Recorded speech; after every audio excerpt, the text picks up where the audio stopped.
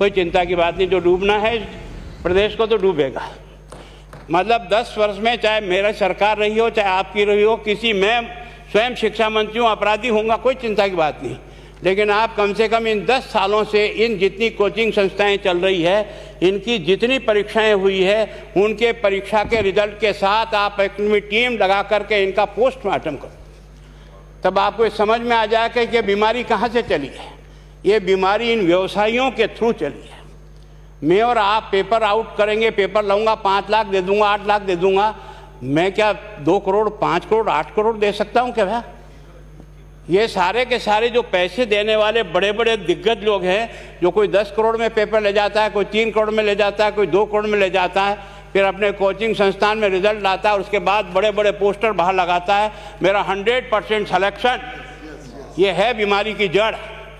अगर मार करना चाहते हो तो यहाँ करो, तब तो जा कर के इसको कोई रोक सकोगे। बाकी से केवल मन को संतुष्ट करने का काम करो तो ये राजस्थान के उस गरीब बच्चे के साथ न्याय नहीं होगा, जो बड़ी मुश्किल से पढ़ता है, अपने घर में बूढ़े माँ बाप को भूखे मार के पढ़ता है और उसके बाद परीक्षा के लिए जाता है, रोता हुआ घर लौटता है। क्या दुख नहीं होता है? हम लोगों के मन में कोई रहम नहीं है कि आखिर उस बच्चे का क्या होगा जो अपनी बड़ी पीड़ा के साथ पढ़ रहा है। इन सारे पैसे वाले लोगों के पास में आपने सारी सरकारी नौकरियों को भेज दिया। मैं बहुत कड़वा सच बोल रहा हूँ। आज जो पिछले 8 साल में नौकरी में लगे ना, उन सब का भी पोस्टमार्टम कराओ, आपको लगेगा आधा फर्जी मामला निकलेगा। कोई है नहीं, कोई सोचने वाला है इस पर कि आखिर उसके दर्द को कौन जानेगा? है ना, जिस प्रकार से हमने परीक्षा के माध्यम से इन पैसे वाले लोगों को उतार करके सारे के सारे उन गरीबों की आशाओं के ऊपर पानी फेर दिया।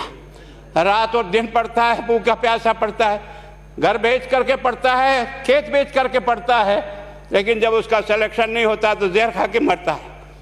कोई इस पीड़ा को समझने के लिए तैयार नहीं है। और हम इस कानून को ला करके दुनिया को बताना चाह रहे हैं कि हमने इतना बड़ा कानून कर दिया, इस कानून से कुछ भी नहीं होगा। मैं आज आपको कह रहा हूँ,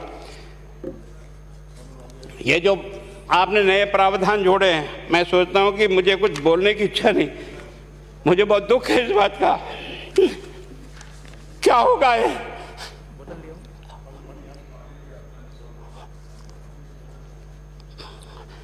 किस तरह की गैंग पालनी है उन्हें? पानी पिला दो है ना। मैं उस दिन भी पूछा था कि मैंने कहा ये शिक्षा संकुल पे है, जिन लोगों को ड्यूटी पे लगाया, इसको लगाने वाला दोषी कौन है, जिसके कारण से पेपर जो है ना काट करके निकाल दिया।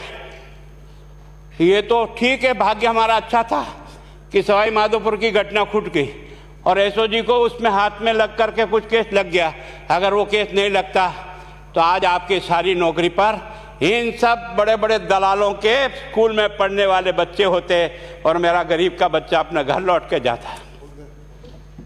क्या दुर्भाग्य है। और इस कारण से केवल इसके लिए खुश मत हो जाओ कि हमने कानून बहुत सख्त बना दिया इसलिए अपराधी रुक जाएगा। नहीं, सिस्टम को बदलना होगा, ये परीक्षा का सिस्टम चेंज करना होगा। मैं सोचता हूँ कि क्या हम इतने अक्लमंद बैठे हैं, क्या इस व्यवस्था को चेंज नहीं कर सकते? क्या एक ही पेपर हर राजस्थान में 20 लाख बच्चों को दिया जाए? क्या इसका कोई ऑल्टरनेट नहीं हो सकता? इसका ऑल्टरनेट सोचना चाहिए कि हम परीक्षा को टुकड़े टुकड़ों में कैसे कर सकते हैं। जिले के अनुसार पेपर नहीं, एक नहीं हम 25 पेपर बना सकते हैं। कौन से सेंटर पर कौन सा पेपर जाएगा कोई तय नहीं करेगा कौन सा जाएगा, और हम जो इच्छा होगी उस सेंटर पे वो पेपर भेजेंगे। और ये जितने भी प्राइवेट कॉलेजों में आपने सेंटर बना रखे उनको बंद करो, इनको तुरंत बंद करिए एक ऑर्डर से। जितने भी सरकारी विद्यालय है और सरकारी नौकर ही एग्जामिनर बनेगा और एग्जामिनेशन करेगा, तब तो आप इसको बचा पाओगे। ताकि आप और मैं कितने भी कानून बदल कर दें, आपका वो जांच करेगा, आपका वो अधिकारी आएगा।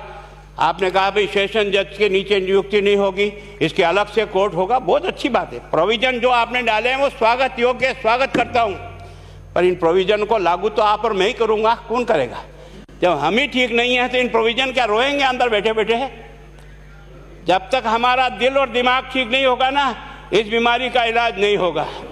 हमने शिक्षा के मंदिर को भ्रष्टाचार की भट्टी में जलाकर खाक कर दिया। दुर्भाग्य हमारा। जहां से कोई आशा की किरण दिखती थी उस गरीब को कि चलो मैं अपनी मेहनत से आगे बढ़ जाऊंगा, लेकिन अब वो निराशा में आ गया। उसको लगा कि अब कोई रास्ता नहीं है। और इस कारण से मैं सोचता हूं कि आप जिस भावना से लाया, मैं आपकी भावना की इज्जत करता हूं, लेकिन केवल आपकी भावना इन बेईमानों को नहीं रोक सकेगी। इसको रोकने के लिए हमको सिस्टम को बदल करके और तुरंत उस पर ध्यान करना चाहिए। कानून 302 का बना हुआ है, क्या मर्डर रुक गए? आप भी जान रहे हो, रोज के रोज पोक्सो कोर्ट में आजीवन कारावास हो रहा, क्या व्यभिचार रुक गया है? अपराधी को दंड मिल सकता है, अपराध बंद नहीं हो सकता है। अपराध बंद करने के लिए जो सिस्टम होते हैं उस सिस्टम में चलो। एकमात्र इस देश में भ्रष्टाचार की भट्टी में देश जल रहा था, केवल और केवल एक तरह से प्रत्येक व्यक्ति का खाता खुलवाकर देश के प्रधानमंत्री में सारा का सारा बेनिफिट उसका सीधा खाते में डाला। बेईमानों को चोट लगी नहीं लगी, उस तरफ अपना दिमाग बचाओ, उस तरफ अपना दिमाग लगाओ। किस बीमारी का इलाज कहाँ है और कैसे हो, इस बारे में चिंता करने की कोशिश करो। मैं कई बार इधर सीकर और इधर गया तो मैं सोचता हूँ कोचिंग संस्थान की बिल्डिंग देंगे ना तो टोपी गिर जाए नीचे से। क्या चीज़ है यार, भगवान ने क्या लक्ष्मी वहीं बरसाई है? और जो बाकी संस्थाएं, उसका कारण यह है कि हमने अपनी दुकान को इतनी कमज़ोर कर दी है कि जहाँ बच्चे अच्छी तरह से शिक्षा लेकर के हम जैसे गरीब पढ़ करके यहाँ आ गए, अब वो रास्ते नहीं हैं। और इस कारण से मेरी बहुत विनम्र प्रार्थना है, इस बीमारी का इलाज चाहिए बच्चे को, कानून से नहीं होगा, कानून के अलावा होगा। और उसमें आप करें। धन्यवाद। Thank you. माननीय मंत्री महोदय।